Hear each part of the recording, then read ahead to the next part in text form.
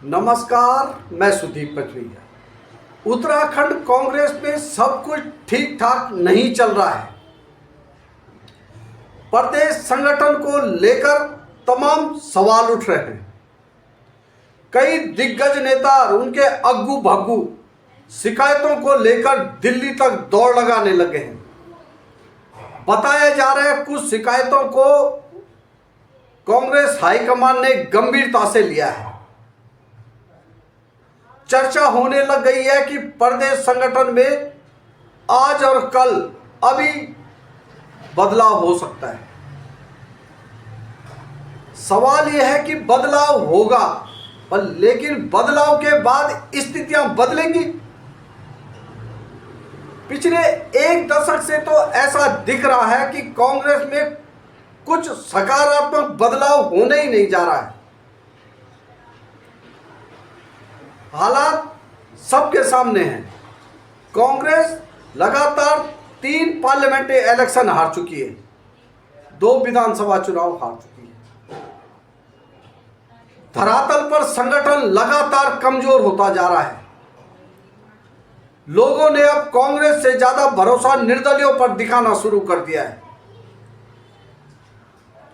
क्या है उत्तराखंड में कांग्रेस की स्थिति, आज हम इस पर विस्तार से चर्चा करेंगे।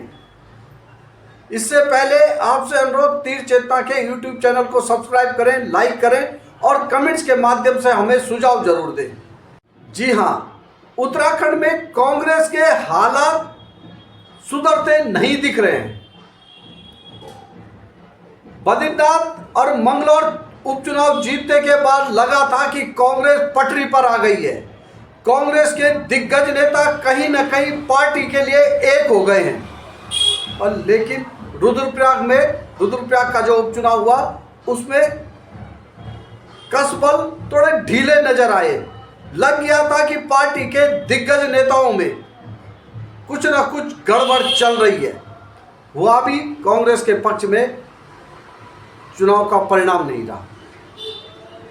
अब तो हालत ये हो गई है कि कांग्रेस के दिग्गज नेता संगठन पर कब्जे को लेकर उलझने लग गए हैं। ग्राउंड स्तर पर कार्यकर्ताओं भी गुटबाजी में बटे हुए हैं। ऐसा दिग्गज नेताओं की वजह से हो रहा है। हालात ये हो गए कि कांग्रेस जनता की भावनाओं को समझ नहीं पा रही है। परिणाम, कांग्रेस की स्ट्रैटेजी में इन बातों का साफ साफ अभाव दिख रहा है। कांग्रेस के कुछ नेता जरूर मेहनत कर रहे हैं, पर लेकिन उनकी मेहनत को भी एक दूसरे का पूरा सहयोग नहीं मिल रहा है।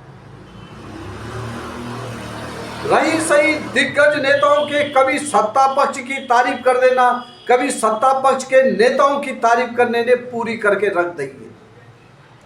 कार्यकर्ता समझ ही नहीं पा रहे कि हो क्या रहा है। इसका खामियाजा कांग्रेस को हर स्तर पर भुगतना पड़ रहा है। अब तो स्थिति यह हो गई है कि कांग्रेस संगठन में फेरबदल और परिवर्तन को लेकर दिल्ली दरबार तक शिकायतें पहुंचने लग गई हैं। बताया जा रहा है दिल्ली दरबार ने कुछ शिकायतों को एडमिट भी कर लिया है। चर्चाएं होने लग गई कि आज परिवर्तन होने वाला है और कल परिवर्तन होने वाला है।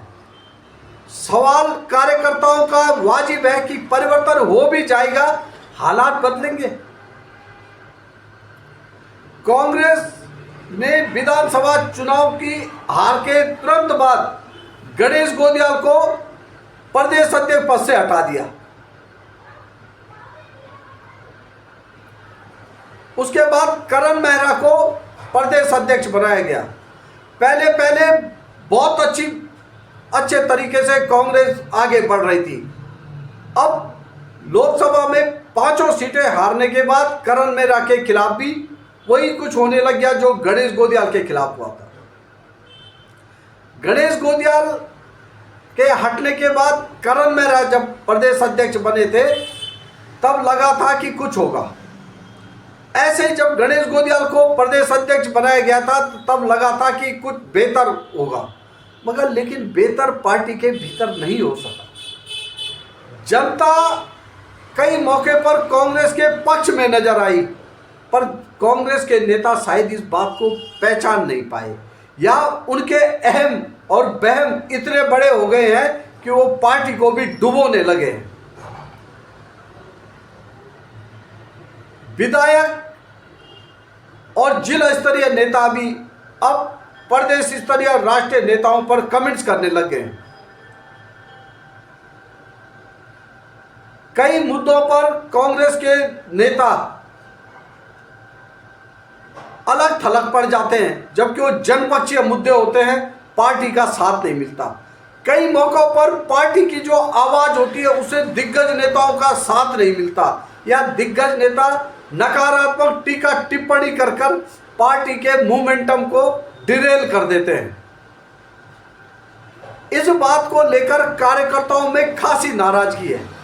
यही वजह है कि कांग्रेस अब उत्तराखंड में नेताओं की पार्टी बनकर रह गई है। कार्यकर्ताओं की संख्या कांग्रेस में लगातार घट रही है। जो है भी वो डंके की चोट पे नहीं कहते कि मैं कांग्रेसी हूं।